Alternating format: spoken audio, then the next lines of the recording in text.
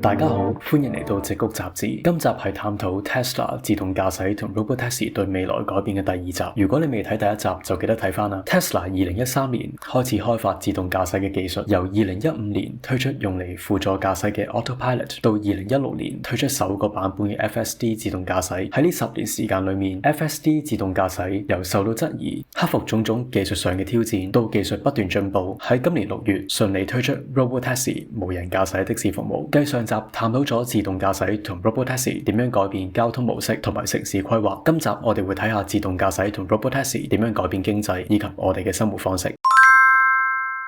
Tesla 嘅自動駕駛同 Robotaxi 唔單止改變咗交通模式，仲會對經濟帶嚟重大影響。呢個部分我哋會重點探討3個方面：顛覆網約車行業、工作崗位流失以及對其他相關行業嘅連鎖衝擊。首先 ，Tesla 嘅 Robotaxi 對現有網約車行業，例如 Uber 同埋 Lyft 帶嚟咗巨大嘅威脅。現時 Uber 同埋 Lyft 司機人工成本佔咗成個運營成本嘅50%至60%，所以佢哋每英里嘅收費大概為1.5至2.5美金。而 Tesla Robotaxi 由於完全無需要司機，成本可以壓低到每英里只係0.2至0.5美金。根據估算，如果 Tesla 喺2030年前成功部署100萬架 Robotaxi， 可以攞到美國網約車市場大概20至30% 嘅份額，而全球自動駕駛網約車市場到2040年有機會達到2萬億美金。相比 Waymo 集中式車隊嘅高成本模式， Tesla 嘅分散式模式令佢更有潛力成為市場嘅主導者。不過呢個改變對於 Uber 同埋 Lyft 甚至傳統的士行業嚟講，可能係一場災難。如果 Uber 冇辦法成功轉型到自動駕駛服務，佢現時大概310億美金估值可能會快速縮水。隨住 Robotaxi 取代傳統網約車，最明顯嘅影響係大量司機可能面臨失業嘅危機。例如美國現時大概有100萬名 Uber 同埋 Lyft 嘅司機，而全球呢個數字更加高達500萬。如果 Robotaxi 喺未來10年內普及，呢班人可能需要揾新嘅出路。而呢個影響亦都唔只係局限於網約車司機，大概20萬名美國的士司機、150萬名送貨司機，甚至350萬名貨車司機都可能因為自動駕駛技術而被取代。如果 Tesla 進一步擴展到物流市場，影響將會更加深遠。當然 Robotaxi 嘅普及亦都會創造新嘅工作機會，例如自動駕駛車輛維修、充電站管理同埋 AI 數據處理。不過呢啲新嘅職位嘅數量遠遠未必足夠彌補失業嘅人口，特別係對於技能較低、難以轉型嘅勞動力。有專家建議政府同企業可以合作，推行大規模嘅再培訓計劃，幫助司機轉型至高需求嘅行業，例如電動車維修同埋物流管理。但呢類嘅培訓成本高昂，每人可能需要5000到1萬美金，而且需要幾年時間先會見效。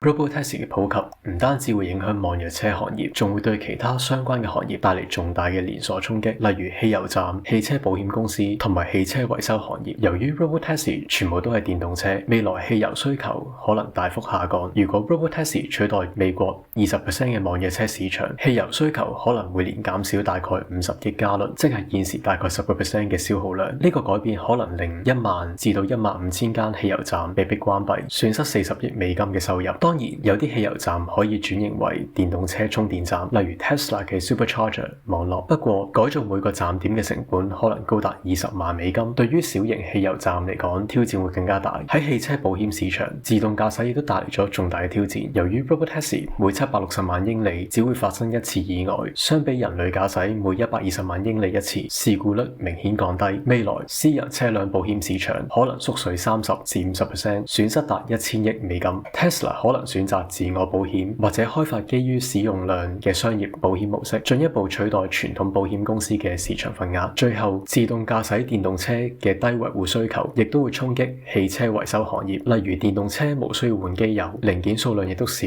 令到維修需求減少20至30%。傳統汽車維修店，特別係一啲小型商戶，可能面臨重大挑戰。不過，自動駕駛車輛需要專業嘅檢測器同埋電池維修，可能會創造新嘅利基市場。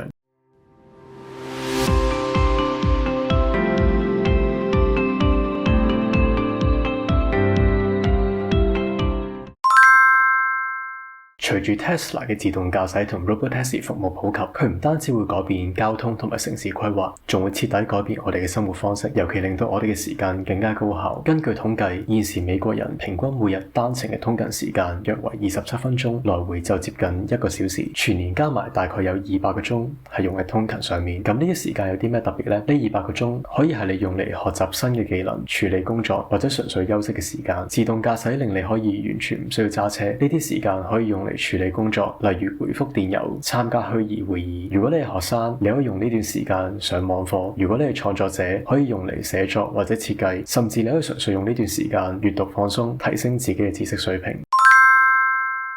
Tesla 喺未來仲會推出專為 Robotaxi 設計嘅 Cybercab， 呢款車將會成為真正嘅移動辦公室，設計包括摺疊式嘅工作台、穩定嘅 WiFi 連接同埋符合人體工學嘅座椅，令到你喺通勤嘅時間可以進行高效嘅工作。呢啲移動工作嘅空間特別適合知識型嘅工作者、自由職業者同埋學生，令佢哋嘅通勤時間變成有價值嘅生產時間。你可以喺車裏面完成一個 PowerPoint， 或者用呢段時間整理數據、工作等等，呢啲功能將會大大提升通勤嘅效益。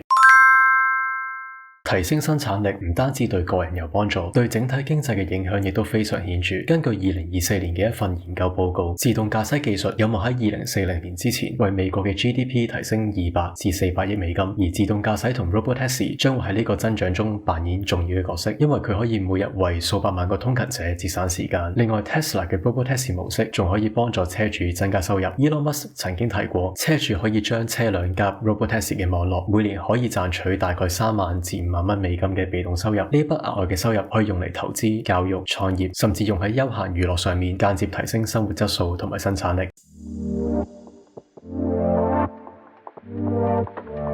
Tesla 嘅 Robotaxi 聽落好似只係一個交通工具，但係佢其實係一個改變世界嘅技術。佢令我哋重新思考時間嘅價值、城市嘅設計，甚至喺經濟同埋社會嘅運作模式。你又點睇 Tesla 嘅 Robotaxi？ 佢會帶嚟一個更好嘅未來，定係一個未知嘅挑戰？如果你未睇呢個系列嘅第一集，就記得 click 呢個連結睇翻啦。歡迎喺留言區話我哋知，期待你嘅睇法。記得 like 同 subscribe 我哋嘅頻道，下次再見。